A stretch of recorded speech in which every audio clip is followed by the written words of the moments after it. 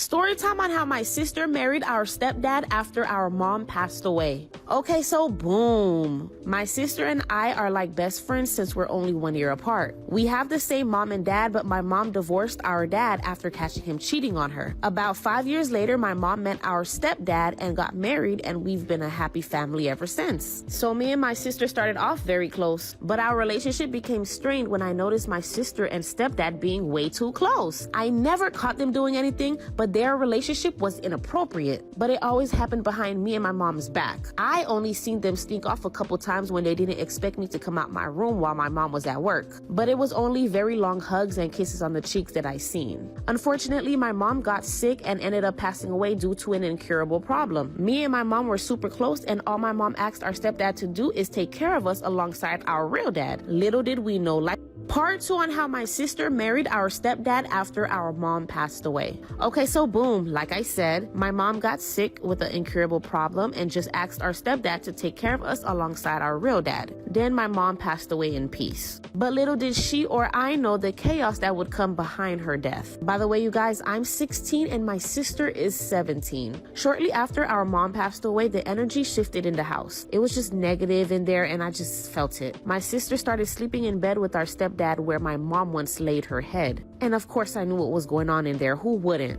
One day I was so enraged by my sister's actions, especially after our mom passed away, that I barged into their room where I seen balloons, hearts, and roses everywhere. I then saw my sister crying as she happily held her hand up and said we're getting married. I got into a screaming match with my sister on how she could do this to our mom, to where she responded, "Mom's not here." It's only been 5 months. Part 3 on how my sister married our stepdad after our mom passed away. Okay, so boom, like I said, my sister happily held her hand up and said we're getting married. We argued and I told her how could she do this to mom? And she responded, "Mom's not here anymore." It's only been 5 months, guys. I was so angry. I couldn't hold myself back. My sister was older, but I was bigger and taller, and I beat my sister up until our stepdad broke it up. My sister had a huge black eye, and before I left, I spit on my stepdad. I know it's nasty, guys, but you don't understand the level of anger and disrespect I felt for my mom. I called my real dad, and once I explained everything to him, he went inside and grabbed my sister away from our stepdad. The dads went to war, but my real dad ended up winning. And then he called the cops. My stepdad groomed my sister and engaged in unlawful acts with her. He's currently in jail where my sister visits him all the time. My sister is convinced she was not groomed and that they were in love. She even says she'll wait for him. She'll be waiting a long time. I'm just glad that I was able to get justice. Story time on how I read my little sister's diary and found her fantasizing about me. Okay, so boom, jumping right in. My little sister and I have a great relationship. I'm her big sister and I protect her from all her bullies and always have her back in any situation. My little sister is 13 and I'm 18, but one thing about my sister is she gonna write in her diary. Literally, she's obsessed with jotting down every single thing that happens in her life. Well, recently, my sister has been acting a bit different. She's just been so distant, and I feel like she's been pushing me away. Me being a worried big sister, I asked her if she's having trouble at school, but she told me she's fine and closed the door on me. So, since she wasn't telling me anything, I waited until she went to volleyball practice and snuck into her room. I took her diary, and I know I shouldn't do it, but I couldn't help it because I really felt like my sister was having trouble at school. But what I found in that diary changed our sister relationship. Changed for the worse. Like for part 2. Part 2 on how I read my little sister's diary and found her fantasizing about me. Okay, so boom, like I said, I snuck into my sister's room, and even though I know I shouldn't, I took her diary and I immediately started reading it. Everything seemed normal at first, talking about her teachers and her friends, but nothing about bullying. And some things here and there about our parents. But when I flipped to the next page, there was a picture of me with the title, "My Beautiful Sister." At first, I smiled thinking my sister really loves me. But after I really read through it, I found out my sister really loves me. She wrote about how my skin was so soft and how every time she looks at my lips, she wants to kiss me. She even wrote about how I smell so good and a lot more weird, crazy, too far things. I closed the diary and ran to my room and just freaked out. It all made sense why my sister's been acting so weird. She's been fantasizing about me. Like for part 3.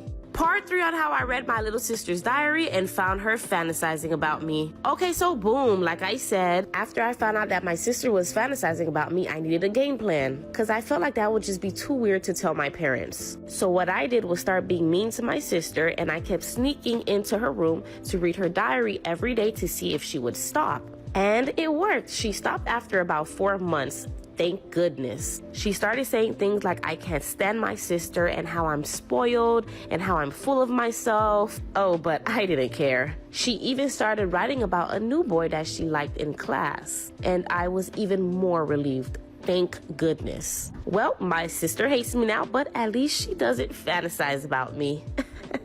Yikes. Storytime about how I ruined my ex-best friend's relationship and reputation in 2 days. So a little background information, I was 14 in 8th grade. I was in a very toxic friend group of 3, and we all secretly talk crap about each other. So 2 of the girls in my friend group decided that they didn't want to be friends with me anymore, for absolutely no reason. The one girl texted me saying, I don't want to be friends with you anymore, and then the other girl literally just played along with it because she can't think for herself. She was like, yeah, I've been planning on doing this for like 2 weeks. So I got very embarrassed by this because they started going around the school telling everybody about it. And not to sound like that person, but I was really popular. I had a lot more friends than them, and the only reason why people liked them was because they were my friends. Anyway, so I started texting the boys that they liked, and I was like, hey, I think you should know that they've been talking to other people while they're talking to you, and I just thought that that was really wrong. And when they asked who, I gave them names of boys that they both used to talk to, and then when the girls texted me about it, like for part 2 about how I ruined my ex-best friend's relationship and reputation in 2 days. So like I said, I texted the boys that they liked saying that they were talking to other people, and then of course my ex-best friends got mad, and then they started texting me about it, saying, oh, why are you lying, blah blah blah blah blah. And I was like, honestly, I just think it's really wrong for you to try and play these boys who actually have feelings for you. Yes, I know I was a little crazy, but who isn't? Anyway, so then I decided to get my mom involved because I had been friends with these girls for a while, so my mom knew their parents very well. So I told my mom I was really worried about them because they were starting to get into really bad stuff and hanging out with the wrong crowd, so I couldn't be friends with them, and they tried to talk me into doing stuff. So then my mom called their parents. Well, then their mom started to drop them off and pick them up every day because they were grounded. Well, then their mom started to apologize to my mom because their kids were such bad influences on me. And then when everybody asked why we stopped being friends, I told them that they made fun of my grandma who isn't alive, and 4 years later, everybody still hates them.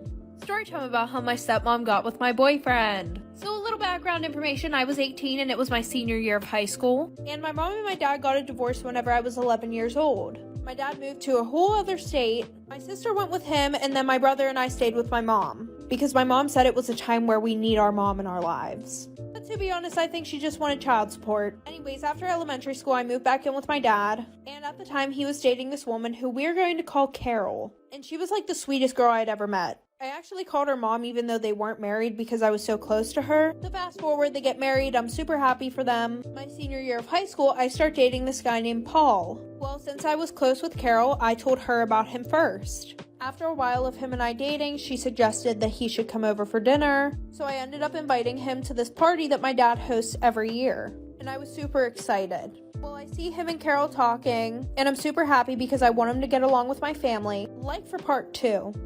Part 2 about how my stepmom got with my boyfriend. So like I said, I invited my boyfriend to this party that my dad hosts every year, and he starts talking to Carol, which I was super happy about because I wanted him to get along with my family. Well, during the party, him and Carol go missing for like half an hour, and there were a ton of people there, and my dad's house was big as fuck, so I was like, okay, maybe he got lost. So finally I find him, and then I asked him where he had been. Then he said that he went to the bathroom, which was extremely weird because I had already showed him where the bathrooms were on the first floor whenever he came to the party. So I was like, whatever, and then Carol came downstairs, but I didn't really think anything of it. Fast forward, I was on my way home from this tutoring class, and my friend was driving me because I didn't have a car. But we get home, and we hear loud moaning noises all the way outside, and I see Paul's car in my driveway. And I was like, well, it can't be my dad because he's out of town.